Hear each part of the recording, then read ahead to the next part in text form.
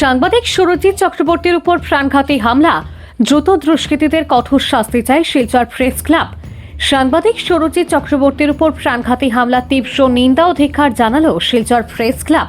সোমবার শিলচর প্রেস ক্লাবে এক জরুরি সভায় দুষ্কৃতীদের বিরুদ্ধে কঠোর পদক্ষেপ গ্রহণ করার জন্য পুলিশ প্রশাসনের কাছে জোরালো দাবি জানানো হয়।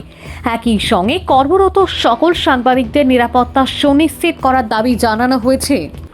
যে এত বড় সাহস কি করে হলো এই মানুষের, যে একজন সাংবাদিকের উপর, তাও একটি পেট্রোল পোস্ট পুলিশের সামনে তাকে মারা, এত বড় সাহস যে হচ্ছে, এই সাহসটাকে পুলিশ জন্য বিহিত ব্যবস্থা নেয়। আমরা শুনেছি একজনকে অ্যারেস্ট করা হয়েছে, আর কিছুজন অরবিন্দ দাস আর বাকি সাঙ্গপাঙ্গ তারা এখনো অ্যাবসকন্ডিং।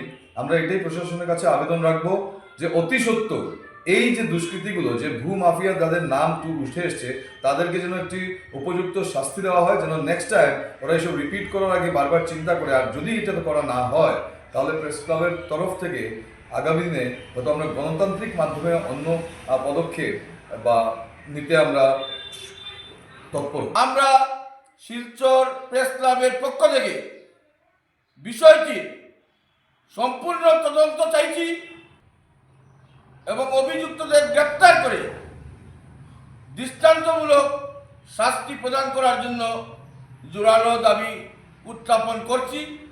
শিলচরের মতো শহরের বুকে সাংবাদিকরা যদি প্রাণঘাতী হামলার শিকার হন, তাহলে অন্যদের নিরাপত্তা কোথায়? অবশ্যই পুলিশ প্রশাসনকে এটা সুনিশ্চিত করতে হবে।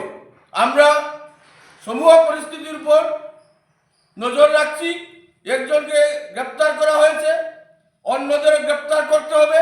বিধানসভা নির্বাচনের প্রাক পর্বে পুলিশ প্রশাসনকে এটা নিশ্চিত করতে হবে যাতে সাংবাদিকদের নিরাপত্তা সর্বাবস্থায় সুরক্ষিত হয় এবং আইনের শাসন প্রতিষ্ঠায় পুলিশকে আরও জোরালো পদক্ষেপ গ্রহণ করার জন্য আমরা শিলচর প্রেস ক্লাবের পক্ষ থেকে দাবি জানাচ্ছি। সুরজিৎ চক্রবর্তী সহ তার পরিবারের যে নিরাপত্তার দিকটাও সুনিশ্চিত করো পুলিশ।